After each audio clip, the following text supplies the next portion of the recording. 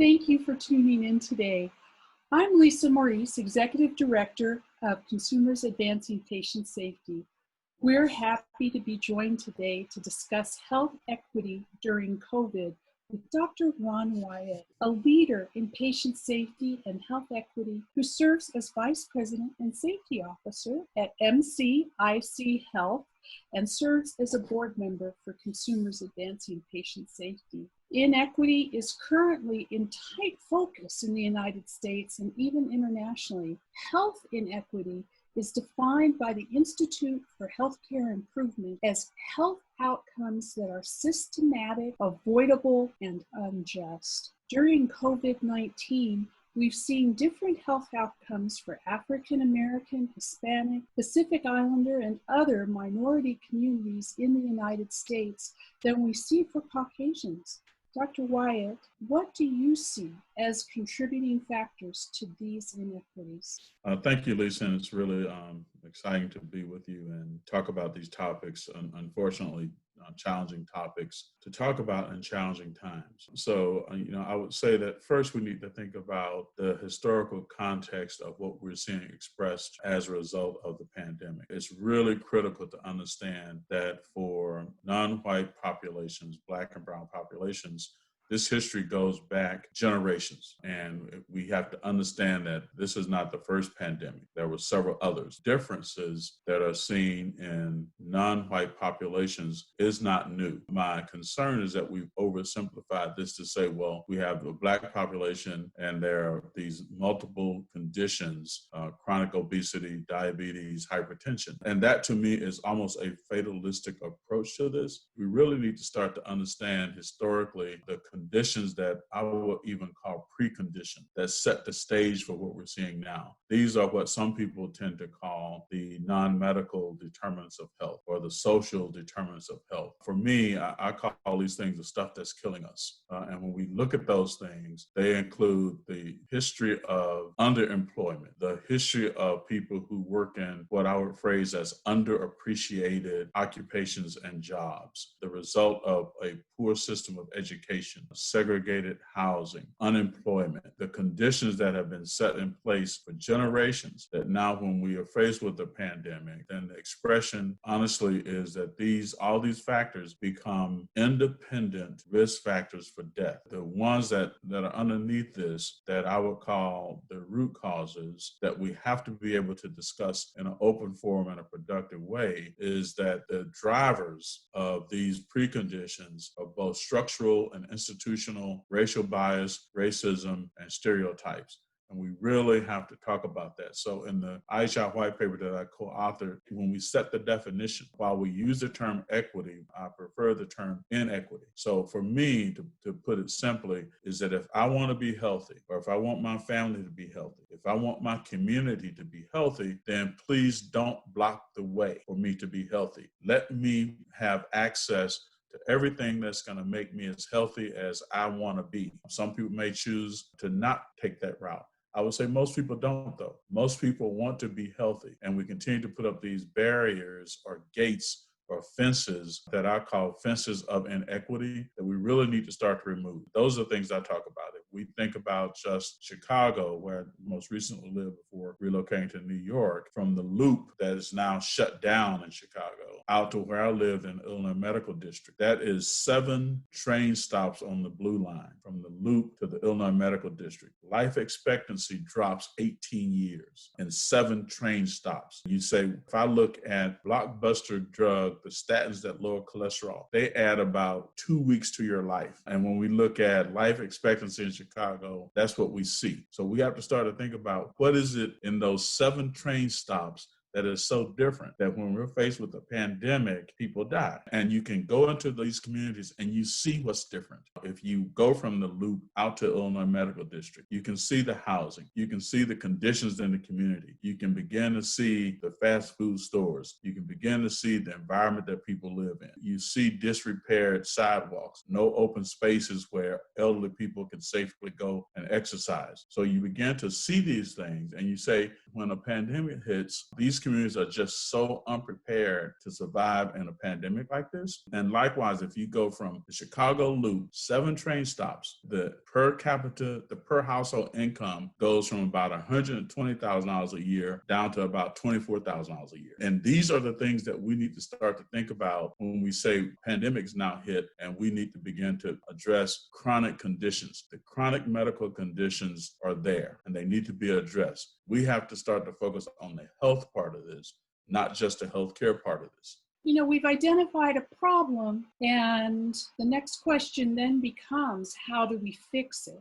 Obviously, we should have started before the pandemic, but you have to get started. And what kind of steps can our healthcare leaders take now to reduce these inequities? So as we begin to more deeply understand the social determinants of health and non-medical determinants of health, the next step, to your point, is what do we do about it? The first step is to understand that we have institutional and structural issues that need to be changed. We need to look at what they are inside of our communities, inside our organizations. We have to take another look at our policies and our procedures as leaders in healthcare and make sure that they address everyone in an equal and equitable way. Healthcare organizations, healthcare leaders need to begin to understand what implicit bias is and how implicit bias leads to decisions that lead to poor outcomes. So one of the things we can think about is how we integrate in implicit bias training. We have, in a lot of healthcare settings, these learning modules on cultural competency, and I'll say fine, but that's not enough. We have to go beyond that. We have to address what are the policies that have been in place, structural institutions for years, that need to be removed.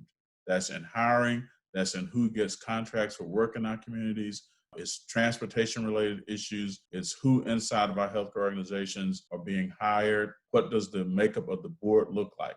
Are there enough women on the board? Are there enough non-white people on the board? Where better decisions, we know through multiple reports that if you have a more diverse board of directors, the decisions that are made are more innovative, they're more creative, they're more sensitive to the communities we serve. And guess what?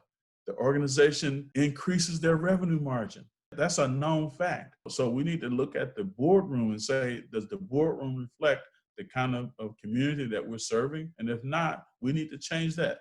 We can address implicit bias. We can begin to have discussions about racist policies, and if we need to do anti-racism type training, let's do that. And it's not a project. We need to understand the concept of cultural humility and say this is not a learning module. That's a lifelong process of understanding that we're called to serve in health and healthcare. We're there to serve the community. The community is not there to serve us. And if we can continue that drumbeat going, then over time we will begin to, I think, see these changes. Invest more in preventive health measures like immunizations and smoking cessation programs and health education programs. Invest in having community health workers that are in the community, that are helping us carry our messages around prevention and how to seek care, when to seek care. Talk to cities about transportation, housing. How do we get a living wage for people? Those are all health-related issues that we can do something about. Dr. Wyatt, you and I have talked before about how we and our family members may have been treated differently because of the way we look and have received less than optimal care because of it.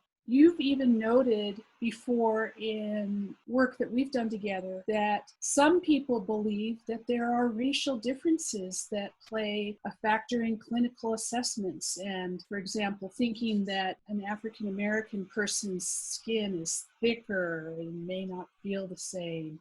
And these are not true. What can a patient or a family member do to improve outcomes when they encounter these kinds of biases and race-based differences in treatment?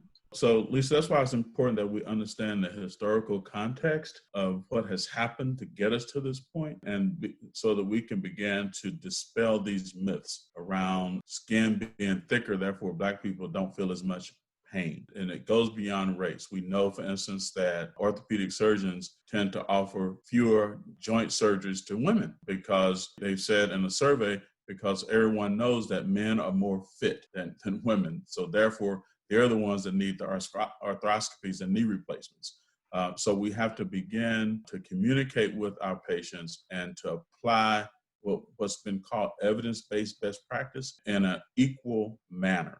Everything begins with communication. And as clinicians and caregivers, I think just starting by listening to people, communicating with people, then having what I would just say a servant's heart for people. And then raising awareness is the very first step for patients and others who seek care in their families. So spending that time with populations that have been in many ways ignored is really important, because there's also something that's called internalized racism. Internalized racism then says that I'm never going to be well. I'm never going to be healthy. I will never be whatever it may be because the doctor told me I wouldn't. And the example I give is when I first went into practice here in Alabama, a African-American female came in to see me in her mid to late 40s, type 2 diabetic. Her blood sugar was really high. And I said to her, we're going to get your blood sugar down to normal. And she started to cry. And I said, why are you crying? And finally, when she got to the point, literally, that she could form words, she said, the doctor I was going to before you, a white physician, ironically, a physician who was a teacher of mine in medical school, an endocrinologist, has said to her, your blood sugar will never be normal. She internalized that. Here's a white man, he's the authority, he's telling me my blood sugar will never be normal. So I sat and talked with her, yes, this is what we're gonna do. It is what you have to do. Here's my commitment to you, that we can get your blood sugar and your hemoglobin A1C, which monitors blood sugar over time, we can get this down to normal. And if we do, you're gonna keep your legs and you're gonna keep your eyes, you're gonna keep your kidneys. And we got her blood sugar to normal. It can be done, but you start by empowering people, and it's beyond engagement. She became activated once she was told, yeah, we can do this. You and I can do this. I can bring my medical training to it. You can bring your willpower to be healthy to this, and don't let anybody convince you otherwise. So those are some places to start so that we regain trust that's been lost, especially in African-American populations, that mistrust and distrust that still exists. If we look at, in Alabama, the Tuskegee syphilis experiment, the Henrietta Lacks story at Hopkins, the experiments that were done on Puerto Rican women around contraceptives that just destroyed the trust in that relationship. So on the healthcare side, we have a lot of ground to make up. We start that, I think, by humbling ourselves to the people we serve and asking them what matters to them, right? Not what matters to me, what matters to you, and how can I help you get there? Dr. Wyatt, do you have any examples of how redesign has resulted in improved outcomes in COVID-19 situations? Yeah. I think we're too early in to know. One of the things that we've all learned now is to be better prepared. Being better prepared means that if I'm operating in a healthcare system, I need to know where my most vulnerable populations are and make sure that we are prepared to serve those populations, to make sure the basics are there, equipment, supplies, making sure that the testing centers are there.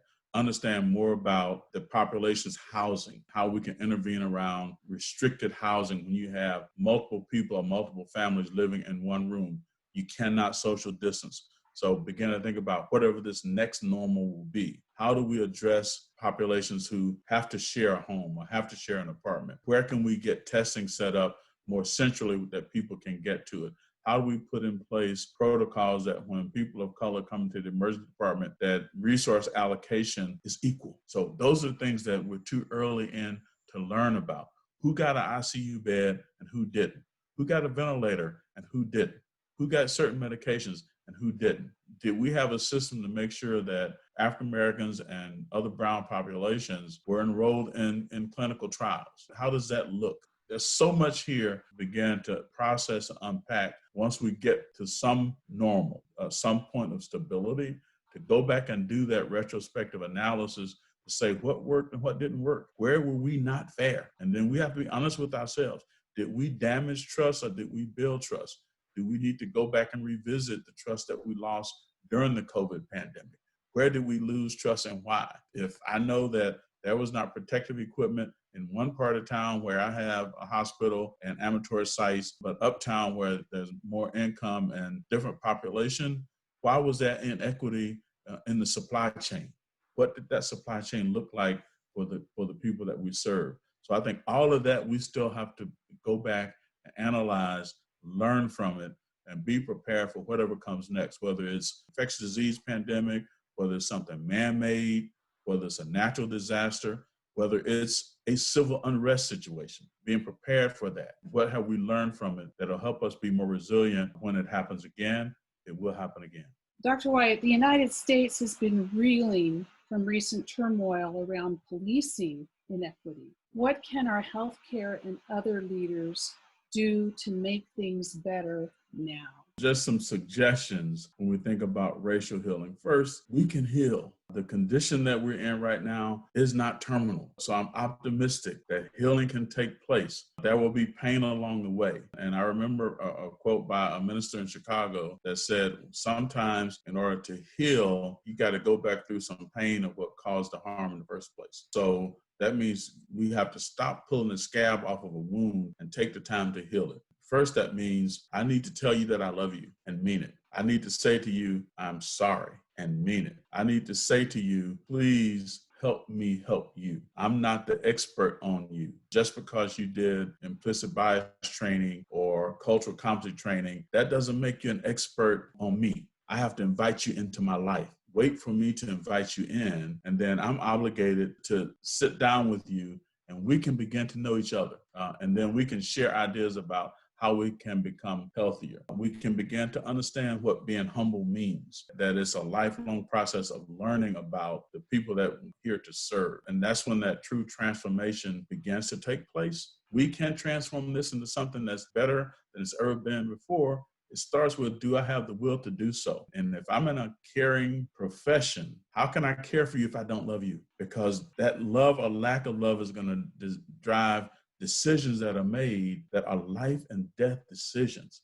It's whether or not, for instance, to send you for vascular surgery if you're a Black man with diabetes versus sending you to get your legs cut off. And I know those numbers. More Black men with diabetes get amputations than get vascular surgery. So begin to have those conversations. How can we heal each other, really? And for African American populations, a big part of that is listening, being humble, being compassionate, being empathetic, simple things around patient care. Don't make me wait. Don't waste my time. Talk with me, not to me. Listen to me, and we can move forward together. That's healing, but that also builds trust. Where there is love, there has to be trust. And you can have discussions about which one comes first, but having both of them ain't too bad. So those are ways that we can heal. And I'm just optimistic that even in the midst of the dark times we're in, if people commit to it, and that's the last part, if you can commit to it, if you can look at me as a Black man and say, I know you're not disposable. We don't want you in a sacrifice zone in your city. We want to improve the conditions. Healthcare has a role to play. If I have to go downtown and say to policymakers, there's too much coal dust on the south side of Chicago, we need to do something about that because children are coming in with too much asthma. So having a more active role in the environment is really going to be important. That builds trust.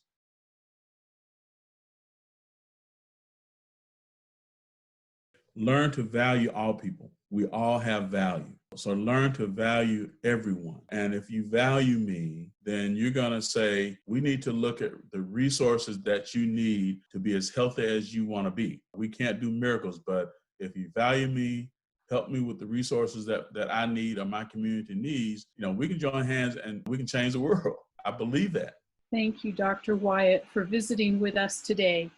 This YouTube video series has been a cooperative effort by Consumers Advancing Patient Safety, Project Patient Care, and the Healthcare and Patient Partnership Institute.